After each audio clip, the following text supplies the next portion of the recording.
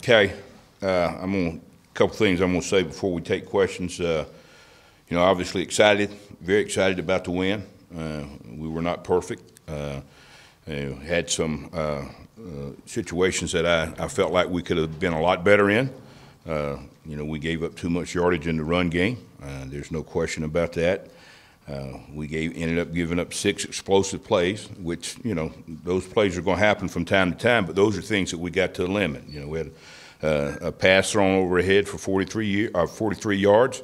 We got to eliminate those plays in the game. And we gave up a run of 29 yards and 1 of 12.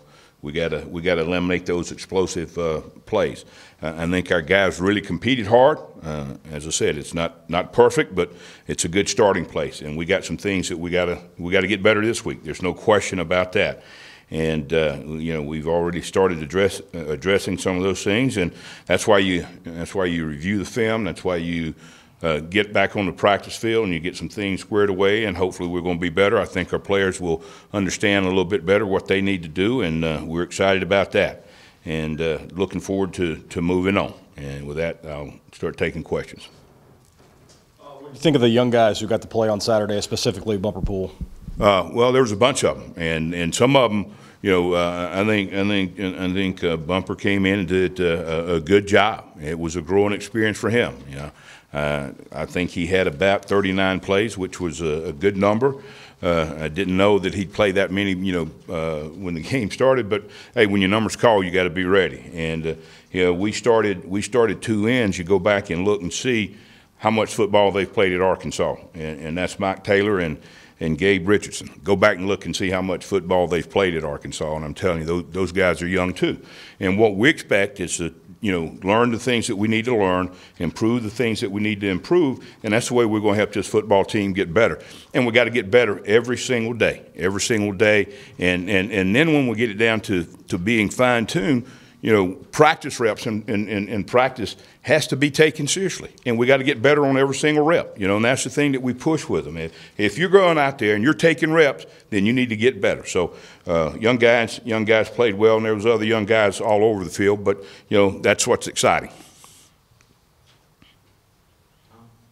Coach, I want to ask you about Colorado State. Looks like they throw and catch as good as anybody. Maybe can you maybe speak to their personnel, what they're trying to do schematically? Are they similar somewhat to Eastern Illinois in the way they try to throw it? No, but that doesn't matter. They've got a great scheme. I've got tremendous respect for Coach Bobo. Competed against him. Obviously, back when we were competing together in the SEC, it's changed a little bit. They've gone to a little bit of spread stuff. They'll do that. They got 2 quarterbacks. Obviously, and I'd say backup. He was their starter, or they thought he was going to be their starter. Got injured. He's a little over 5.5 months out of ACL surgery. Got a chance to see him a little bit in this game. So he's got 2 quarterbacks, and I guarantee you this. Quarterbacks that are coached by Mike Bobo are going to be ready to play. They understand the game. He puts a lot of trust in those guys, but they understand the game plan, and they know, and Coach Bobo knows what he wants to do to move the football. So it'll be a challenge. They got good receivers. And too many to mention, but they've got several good receivers, but guess what? We're going to play against good receivers every week, and I'm not saying that to say anything about their receivers, because they do have 3 or 4 quality receivers that or you could play anywhere in the country. There's no question about that. Did you back to the Saturday? Did you get the kind of pressure you wanted? And then the second part, the back end of your defense. How do you think they played and heading into this week? Well, our pressure wasn't what it needed to be. And for reasons I'm not going to talk about. Not going to go there. But we'll. You get into a game and we didn't sell the house. We didn't do that. But at the same time, you do that, when you feel like you need to. And there's going to be some times when we need to do that. So we'll grow, because again, we're talking about a group of young men. Some of them have played very, very little football, that are growing with this scheme. And as a football coach, it's my job to give them things that they can do.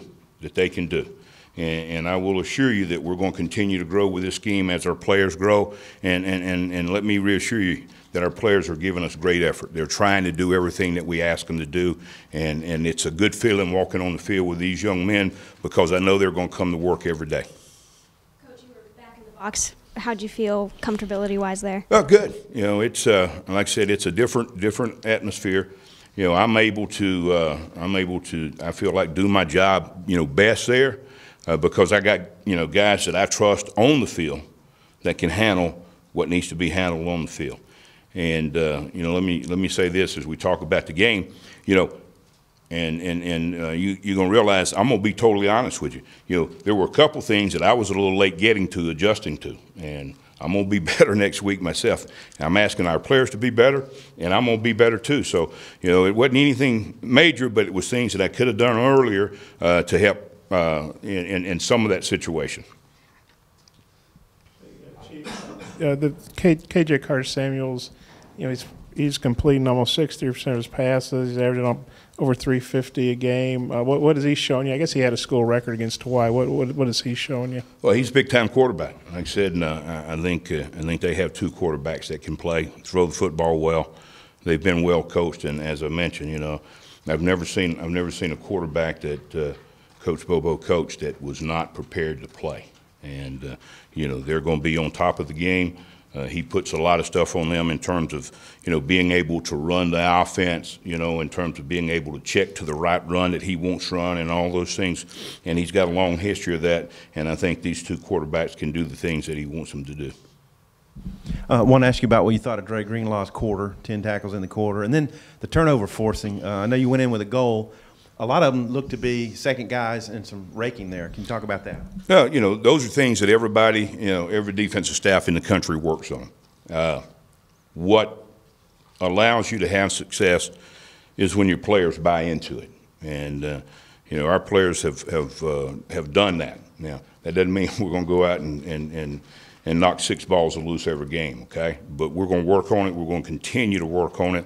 It's going to be a part of what we do every single day. You know, other than tackling, you know, and there's some other things that are important, but other than tackling, it's probably the second most emphasis that we put on any technique, and we usually work it twice a week. And Dre, I thought he should have had 15 tackles rather than 10 in the first quarter. No, he played extremely well for us, and you know, I said back in the spring, you know, talked about, you know, both of those starting linebackers. They're both quality players. There's no question about that. And, you know, when you got guys that have played, you're talking about two guys that have played a lot of football at Arkansas. And I said this back in the spring. Before I got here, they both were well coached. There's no question about that in terms of technique and fundamentals. And hopefully I've helped him get better. But, you know, that's Dre, and he's an outstanding athlete. It means a lot to him, and I was excited about the way he played the first quarter. Does the altitude in Fort Collins affect how much you substitute? You know, and I don't take this lightly, but, you know, we're going to substitute anyway, okay? And we got to try to keep them as fresh as we possibly can. And, you know, that's going to be important. And certainly it's a little different. There's no doubt about it. You know, we got to make sure our guys are hydrating all week long, and particularly, you know, starting today, you know, and we can't wait to Wednesday to start doing that. It's got to be an all week long deal. Coach, I don't know how much football you got to watch this weekend besides your own games, but there were a ton of targeting calls. Will you guys place any more emphasis on, you know? No, we've done that, and I think that's a good question, and I'm quick to answer it, you know. I think that for safety reasons, and look, you don't ever want to see anybody get an injury, and everything that we can do, and we take a lot of pride in trying to teach a physical football game, but also a safe football game, and that emphasis has been there since day one. The respect, I guess, you have for Coach Bobo, everything he's going through health-wise, to see him back with his team, just as you prepare to face them this week. I think, you know, you know, in this fraternity, you know, there's some really good guys, and maybe there's some guys that aren't so good I'm not going to mention, but I don't know who they are, so don't worry about that. But my point is, you know, you want to see everybody, you know, have an opportunity to do the things that they love to do.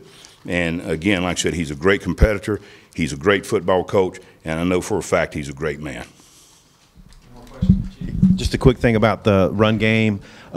Chad said there was a few misalignments that maybe contributed to some of Eastern Illinois' runs. Could you talk about that and maybe what you see from Colorado State's run game? Well, it's yeah, we had some misalignments, but that, you know, that's on me. You know, that's coaching and that's things that we got to take care of, and we will take care of those. And if it's a misalignment, then it's easy to fix. If it's a player that's not good enough, then it's a little bit tougher to fix. So, you know, we think we can fix, you know, those issues that we have. We're going to see a totally different run game. They'll run some zone read stuff. I don't anticipate them running the quarterback a lot. We're going to see some big personnel. You know, in the first game, they got a little bit behind and didn't do as much big personnel as I anticipated. And when I'm talking about big personnel, I'm talking about tight end, 2 backs. You know, we're going to see a tight end, 2 back.